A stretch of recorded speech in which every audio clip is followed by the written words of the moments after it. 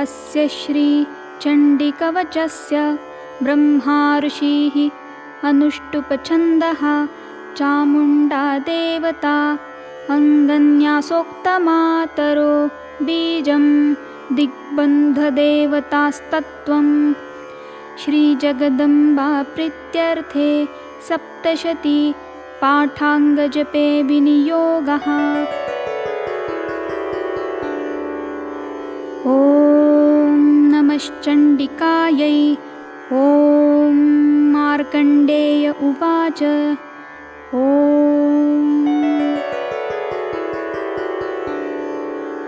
यद्गुह्यं परमल्लोके सर्वरक्षाकरं नृणां यन्यकस्यचिदाख्यातं तन्मे ब्रूहि पितामह।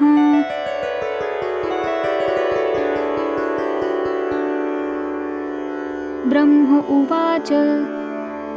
अस्ति गुह्यतमं विप्र सर्वभूतोपकारकं देव्यास्तु कवचं पुण्यं तच्छृणुष्व महामुने।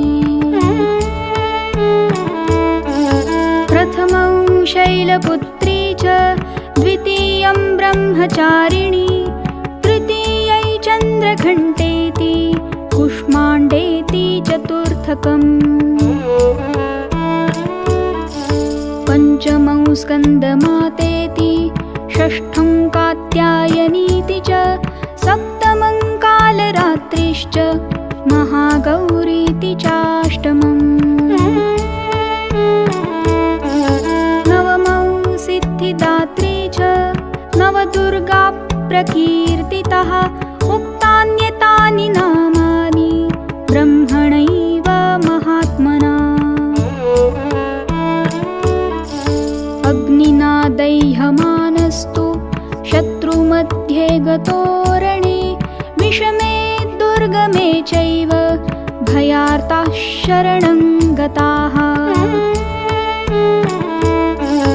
न तेषां जायते किञ्चित् अशुभौ रणसङ्कटे नापदन्तस्य पश्यामि शोकदुःखभयं नहि। यैस्तु भक्त्या स्मृता नूनं तेषां सिद्धिप्रजायते ये त्वां स्मरन्ति देवेशि रक्षसे तान् न संशयः। प्रेतसंस्था तु चामुण्डा वाराही महिषासना ऐन्द्री गजसमारूढा वैष्णवी गरुडासना। माहेश्वरी वृषारूढा कौमारी शिखिवाहना लक्ष्मी पद्मासना देवी पद्महस्ता हरिप्रिया। श्वेतरूपधरा देवी ईश्वरी वृषवाहना ब्राह्मी हंससमारूढा सर्वाभरणभूषिता। इत्येता मातरः सर्वाः सर्वयोगसमन्विताः नानाभरणशोभाढ्या नानारत्नोपशोभिताः। दृश्यन्ते रथमारूढा देव्यक्रोधसमाकुलाः शङ्खचक्रं गदां शक्तिं हलैं च मुसलायुधम्। खेटकं तोमरं चैव परशुं पाशमेव च कुन्तायुधं त्रिशूलं च शार्ङ्गमायुधमुत्तमम्। दैत्यानां देहनाशाय भक्तानाम् अभयाय च धारयन्त्यायुधा नित्यं देवानां च हिताय वै। नमस्तेऽस्तु महारौद्रे महाघोरपराक्रमे महाबले महोत्साहे महाभयविनाशिनी। त्राहि मां देवि दुष्प्रेक्ष्ये शत्रूणां भयवर्धिनी त्वमग्निदेवता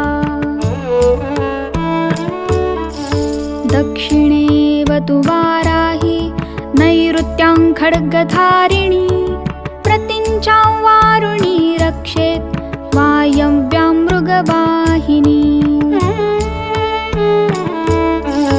उदीचां पातु कौमारी ईशान्या शूलधारिणी ऊर्ध्वं ब्रह्माणि मे रक्षेत् हस्तात् वैष्णवी तथा एवं दश दिशो रक्षेत् चामुण्डा शववाहना जया मे अग्रतस्थातु विजया स्थातु पृष्ठतः अजिता वामपार्श्वे तु दक्षिणे चापराजिता शिखां मे द्योतिनी रक्षेत् उमा मूर्ध्नि व्यवस्थिता मालाधारी ललाटे च भ्रुवो रक्षेत् यशस्विनी त्रिनेत्रा च भ्रुवोर्मध्ये यमघण्टां च नासिके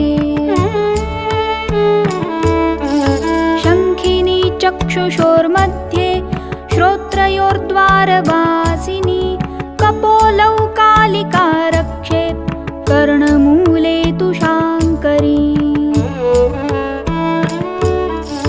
नासिकायां सुगन्धा च उत्तरोष्ठे च चर्चिका अधरे चामृतकला जिह्वायै च सरस्वती दन्तान् रक्षतु कौमारी कण्ठमध्ये तु चण्डिका घण्टिकायै चित्रघण्टायै च महामाया च तालुके कामाक्षी चिबुकं रक्षेत् वाचं मे सर्वमङ्गला ग्रीवायां भद्रकाली च पृष्ठवंशे धनुर्धरी नीलग्रीवा बहिः कण्ठे नलिकान्नलकूवरी स्कन्धयोः खड्गिनी रक्षेत् बाहु मे वज्रधारिणी हस्तयोर्दण्डिनी रक्षेत् अम्बिका चाङ्गुलिस्तथा नखाय शूलेश्वरी रक्षेत् कुक्षो रक्षेत् कुलेश्वरी स्तनौ रक्षेन्महादेवी मनश्शोकविनाशिनी हृदये ललिता देवी उदरे शूलधारिणी नाभौ च कामिनी रक्षेत् गुह्यं गुह्येश्वरी तथा पूतना कामिका मेढ्रं गुदे महिषवाहिनी कट्यां भगवती रक्षेत् जानुनी विन्ध्यवासिनी जङ्गे महाबला प्रोक्ता सर्वकामप्रदायिनी गुल्फयोर्नारसिंही च पादौ चामिततेजसी पादाङ्गुलीषु श्रीरक्षेत् पादाधस्तलवासिनी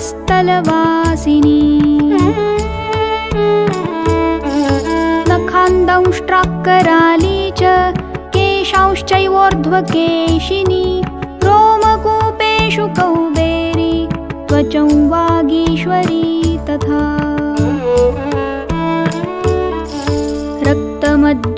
रक्तमज्जावसामांसान् अस्थिमेदांसि पार्वती अन्त्राणि कालरात्रिश्च पित्तै च मुकुटेश्वरी पद्मावती पद्मकोशे कफे चूडामणिस्तथा ज्वालामुखी नखज्वाला अभेद्या सर्वसन्धिषु शुक्रं ब्रह्माणि मे रक्षेत् छायां छत्रेश्वरी तथा अहङ्कारं मनोबुद्धिं रक्ष मे धर्मचारिणी प्राणापान प्राणौ तथा व्यानम् उदानै च समानकम् वज्रहस्ता च मे रक्षेत् प्राणं कल्याणशोभना रसे रूपे च गन्धे च शब्दे स्पर्शे च योगिनी सत्त्वं रजस्तमश्चैव रक्षेन्नारायणी सदा आयुरक्षतु वाराही धर्मरक्षतु वैष्णवी यशकीर्ति च लक्ष्मी च धनं विद्या च चक्रिणी गोत्रमिन्द्राणि मे रक्षेत् पशुं मे रक्ष चण्डिके पुत्रान् रक्षेत् महालक्ष्मी भार्यां रक्षतु भैरवी पन्थान् सुपथा रक्षेन्मार्गक्षेमकरी तथा राजद्वारे रक्षेत् विजया सर्वतः स्थिता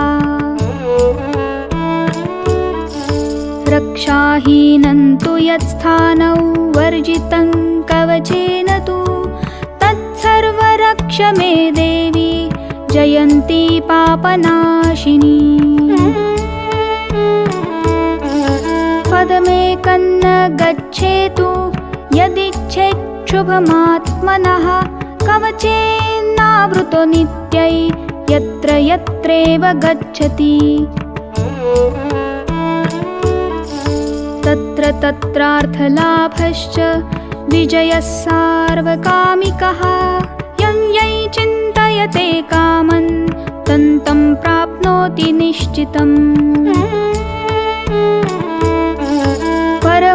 परमैश्वर्यमतुलं प्राप्स्यते भूतले पुमान् निर्भयो जायते मर्त्यः सङ्ग्रामेष्वपराजितः त्रैलोक्ये तु भवेत् पूज्यः कवचेनावृतः पुमान् इदं तु देव्याः कवचं देवानामपि दुर्लभम् यः पठेत् प्रयतो नित्यै त्रिसन्ध्यौ श्रद्धयान्वितः दैवी कला भवेत् तस्य त्रैलोक्येऽप्यपराजितः जीवेत् वर्षशतं साग्रम् अपमृत्यो विवर्जितः नश्यन्ति व्याधयः सर्वे लूता विस्फोटकादयः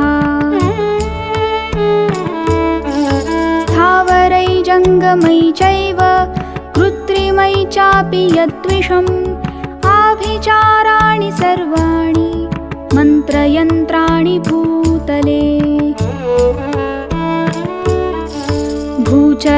भूचराख्येचराश्चैव जलजाश्चोपदेशिकः सहजाः कुलजामालाश्चाकिनी डाकिनी तथा अन्तरिक्षचराघोरा डाकिन्यश्च महाबलाः ग्रहभूतपिशाचाश्च यक्षगन्धर्वराक्षसः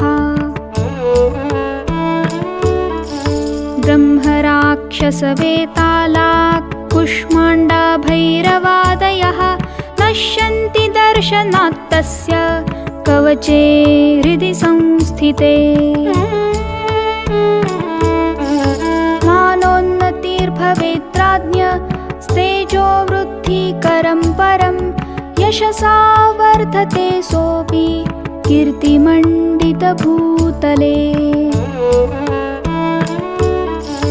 जपेत् सप्तशती चण्डी कृत्वा तु कवचं पुरा यावत् भूमण्डलं धत्ते सशैलवनकाननम्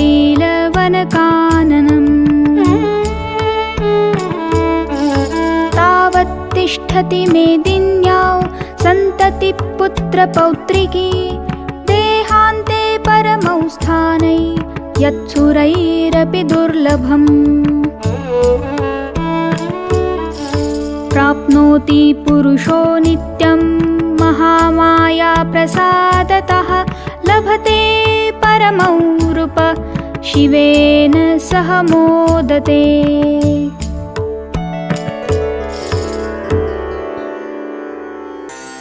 अस्य श्रीचण्डीकवचस्य ब्रह्मा ऋषि अनुष्टुप् छन्दः चामुण्डा देवता अङ्गन्यासोक्तमातरो बीजं दिग्बन्धदेवतास्तत्त्वं श्रीजगदम्बा प्रीत्यर्थे जपे विनियोगः। ॐ नमश्चण्डिकायै। ॐ मार्कण्डेय उवाच ॐ यद्गुह्यं परमं लोके सर्वरक्षाकरं नृणां यन्न कस्यचिदाख्यातं तन्मे ब्रूहि पितामह। ब्रह्मोवाच अस्ति गुह्यतमं विप्र सर्वभूतोपकारकं देव्यास्तु कवचं पुण्यं तच्छृण्णुष्व महामुने। प्रथमं शैलपुत्रीति द्वितीयं ब्रह्मचारिणी तृतीयं चन्द्रघण्टेति कूष्माण्डेति चतुर्थकं पञ्चमं स्कन्दमातेति षष्ठं कात्यायनीति च सप्तमं कालरात्रिश्च महागौरीति चाष्टमं नवमं सिद्धिदात्री च नवदुर्गा प्रकीर्तिताः। उक्तान्येतानि नामानि ब्रह्मणैव महात्मना। अग्निना दह्यमानस्तु शत्रुमध्ये गतो रणे विषमे दुर्गे चैव भयार्ता शरणं गताः। न तेषां जायते किञ्चिदशुभं रणसङ्कटे नापदं तस्य पश्यामि शोकदुःखभयं न हि। यैस्तु भक्त्या स्मृता नूनं तेषां सिद्धिप्रजायते ये त्वां स्मरन्ति देवेशि रक्षसेतान्न संशयः।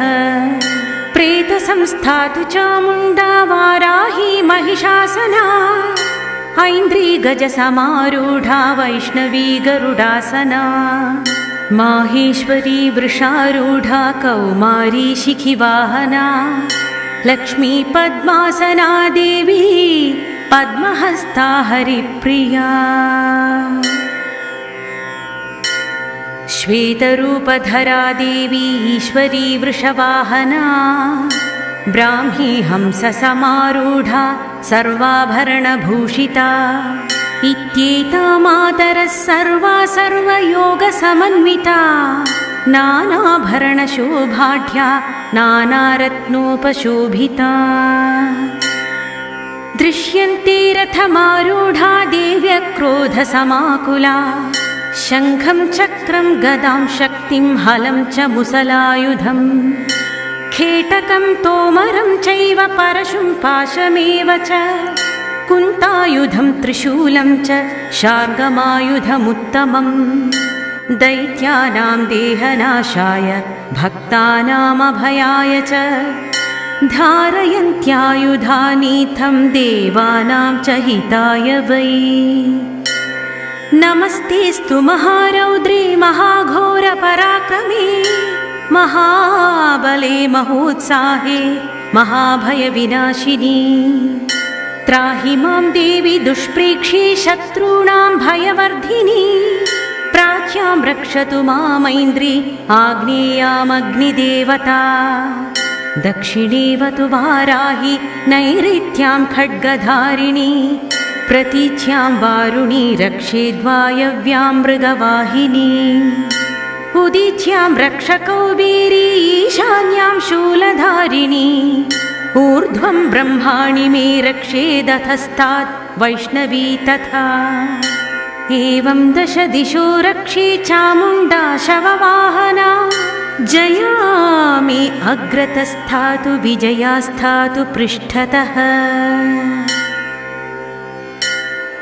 अजिता वामपार्श्वे तु दक्षिणे चापराजिता शिखा मे द्योतिनी रक्षेदु मामूर्ध्नि व्यवस्थिता मालाधरी ललाटे च भ्रुवौ रक्षेद्यश्वसिनी त्रिनेत्रा च भ्रुवोर्मध्ये यमघण्टा च नासिके शङ्खिनी चक्षुषुर्मध्ये श्रोत्रयोर्द्वारवासिनी कपोलौ कालिका रक्षेत् कर्णमूले तु शङ्करी नासिकायां सुगन्धा च उत्तरोष्ठी च चर्चिका अधरी चामृतकला जिह्वायां च सरस्वती दन्तान् रक्षतु कौमारी कण्ठमध्ये तु चण्डिका घण्टिकां चित्रघण्टा च महामाया च तालुके कामाक्षी चिबुकं रक्षेद्वाचं मे सर्वमङ्गला ग्रीवायां भद्रकाली च पृष्ठवंशे धनुर्धरी नीलग्रीवा बहिःकण्ठे नलिकां नलकूबरी स्कन्धयो खड्गिनी रक्षेद् बाहुमे वज्रधारिणी हस्तयोर्दण्डिनी रक्षेदम्बिका चाङ्गुलिस्तथा नखाञ्चूलेश्वरी रक्षेत् कुक्षौ रक्षेन्नलेश्वरी स्तनौ रक्षेन्महालक्ष्मीर्मनशोकविनाशिनी हृदये ललिता देवी उदरे शूलधारिणी नाभौ च कामिनी रक्षेद्गुह्यं गुह्येश्वरी तथा पूतना कामिका मेढ्रं गुदे महिषवाहिनी कट्यां भगवती रक्षे जानुनी विन्ध्यवासिनी जङ्घे महाबला प्रोक्ता सर्वकामप्रदायिनी गुल्फयोर्नारसिंही च पादौ चामिततेजसी पादाङ्गुलीः श्रीर्मे रक्षेत् पादाधस्तलवासिनी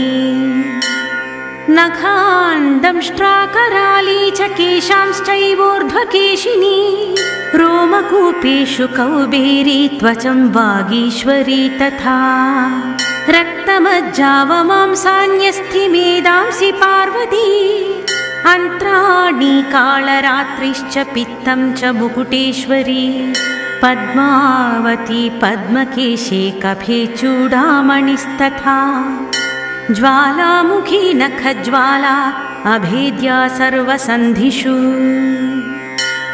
शुक्रं ब्रह्माणि मे रक्षेच्छायां छत्रेश्वरी तथा अहङ्कारं मनोबुद्धिं रक्ष मे धर्मचारिणी प्राणापानौ तथा व्यानं समानो दानमेव च वज्रहस्ता च मे रेक्षेत् प्राणं कल्याणशोभना रसे रूपे च गन्धे च शब्दे स्पर्शे च योगिनी सत्वं रजस्तमश्चैव रक्षे नारायणी सदा आयु रक्षतु वाराही धर्मं रक्षतु वैष्णवी यशः कीर्तिं च लक्ष्मीं च धनं विद्यां च चक्रिणी गोत्रमिन्द्राणि मे रक्षेत् पशून्मे रक्ष चण्डिके पुत्रान् रक्षेन् महालक्ष्मीर्भार्यां रक्षतु भैरवी पन्थानं सुपथा रक्षेन्मार्गं क्षेमकरी तथा राजद्वारे महालक्ष्मीर्विजया सर्वतः स्थिता रक्षाहीनं तु यस्थानं वर्जितं कवचेन तु तत्सर्वं रक्ष मे देवि जयन्ती पापनाशिनी पदमेकं न गच्छेत्तु यदि चेच्छुभम् आत्मनः कवचेनावृतो